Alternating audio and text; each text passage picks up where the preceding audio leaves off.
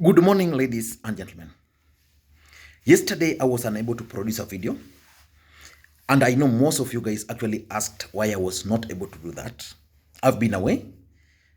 I attended the fundraiser for Jalango Munyewe, who is contesting for the Langata parliamentary seat next year. And yesterday, I was just around meeting friends here and there, and also family.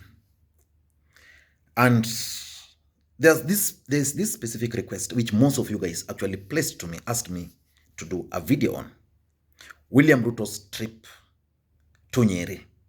And as you can see, I'm actually still in my hotel apartment, the Edmore Apartments, Riverside. Very nice.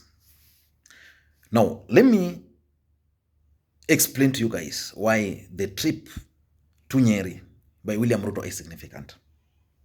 Number one, Nyeri County is the home county to the former President Mwai Kibaki.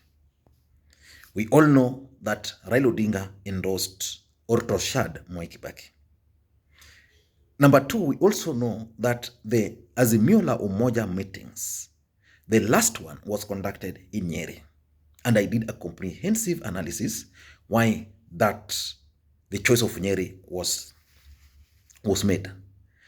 Number three, Nyeri is actually the bedrock of the larger Mount Kenya politics. So if you want to test or gauge the tone of the Mount Kenya politics, then you go to Nyeri. So it was significant. And William Ruto understood that, and that's why he went there. So in this video today, I want to try and do a critical analysis of William Ruto's trip to Nyeri. But before we do that, for those who are watching this channel for the first time, please take a second or two and click the subscribe button so that next time we produce a video like this, YouTube will automatically notify you. Now, let me get to the main issue, and I want to be very specific and very brief. Why do you think William Ruto decided to go to Nyeri after Raila Odinga had gone there? Several reasons. I have 5 or 6. Number one is the Kibaki factor. You all know that Raila Odinga actually said Kibaki tosha, campaigned for Kibaki while Kibaki on a wheelchair.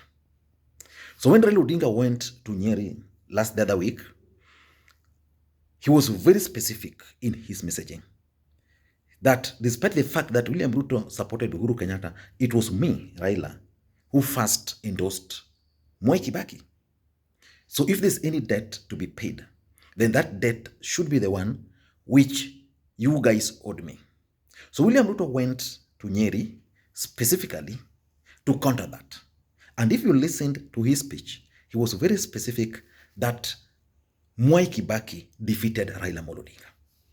And that Raila Odinga did not just accept defeat. The only thing he forgot to remind those people is why, for example, Kiamba happened. And why, for example, he's been telling the entire country, if Kibaki won, why he's been telling the entire country that he made Raila Odinga the prime minister. So the fact is that Kibaki factor is likely to be occurred in 2022, and William Ruto is not willing to allow that. If it has to happen, then it has to be on the negative, that Raila Odinga did not allow Kibaki to rule, and that Raila Odinga was defeated by Kibaki, but did not accept defeat. So that's the first thing. The second thing, why he went there, was actually to endorse Rigathi Gachagua as his running mate for 2022. Don't be cheated. Don't be cheated. There's high likelihood that Rigathi Gachagua is either, number one, going to be William Ruto's running mate. If not, he's going to be William Ruto main point person from the larger Mount Kenya region. You could clearly tell from the way the events were organized. Every speaker was talking about Rigathi Gachagua being William Ruto's running mate. Every speaker who stood was reminding the DP. And every time this speaker stood, the DP was like kind of on a phone or trying to pretend. But the fact is, from all that visit in Nyeri, Rigathi Gachagua has emerged as the favorite from William Ruto's camp to be the running mate. So that's the other important thing. Where does Rigathi Gachagua come from? Mathira. Where's Mathira? Nyeri County. So that's very important also. The third thing, I think The DP also used this trip to fire a warning to President Uhuru Kenyatta and Raila Odinga that he's actually ready for them. He's ready for the campaigns. And for the first time, we saw William Ruto dishing almost 7 million in a single day. Uhuru was very specific that William Ruto is running this as a sprint. But he's now telling them, if you thought that was a sprint, bado. 7 million in cash in a single day is a clear warning to the president, to Raila Odinga, that the deputy president is ready for the presidency. Most people believe that the president can actually outrun the DP in terms of money. But it's just telling them, ile ni kionjo, I'm still ready. Because most people had actually thought that the president had actually managed to tame the deputy president. That's not yet. It's not yet over. Number four, in my view, I think the DP was also out to counter Raila Odinga's trips to the larger Mount Kenya region and Nyeri specifically. When Raila Odinga started his campaigns, most people were very specific that Raila Odinga was not going to win any vote in the larger Mount Kenya region. They were very specific that selling Raila Odinga was as difficult as selling pork in Saudi Arabia. So as Raila Odinga began his campaigns, people started embracing him. His rallies started attracting huge number of people, mammoth crowd. And that shocked William Ruto and his brigades. When he was in Nyeri, there were attempts to disrupt the events, but did not succeed. So the deputy president went to Nyeri just to prove that point, that he's still the guy. They did a lot of mobilization.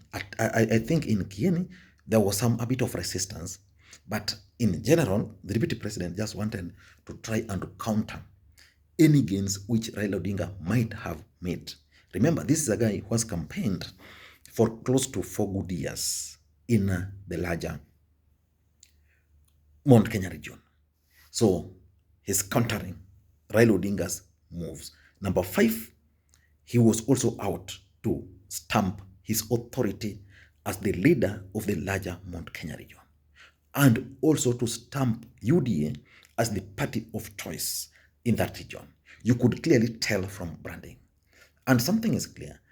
When Raila Odinga attends an event and William Ruto attends an event, you can clearly tell the difference.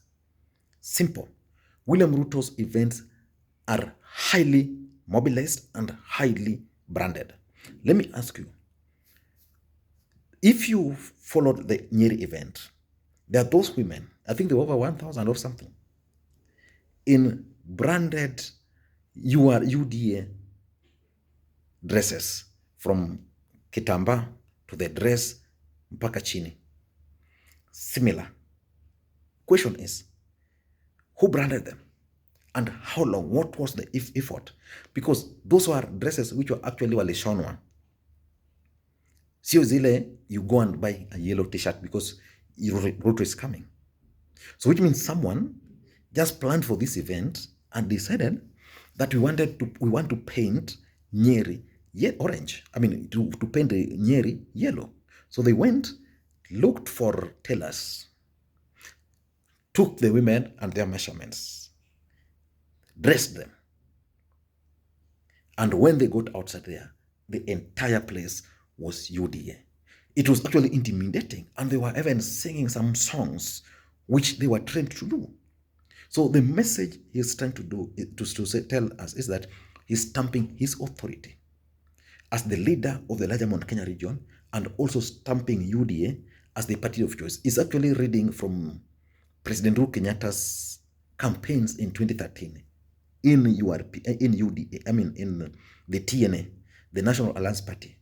The National Alliance Party, what the president did was branding, to an extent that everywhere you went, you just see people donning the UDA, I mean the TNA t-shirts. That's exactly what he's doing.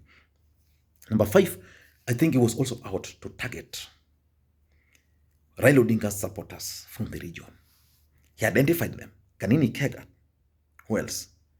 Kimani, I mean, Wambugu Ngunjiri. the Othaya member of parliament, several of them, he actually targeted them. And when he was in Kieni, his team was very specific on their target, Kanini Kega. So let us wait and see whether the allies of Raila Amolo Odinga, the Azimio supporters from the region, are going to be coerced or forced to support the DP.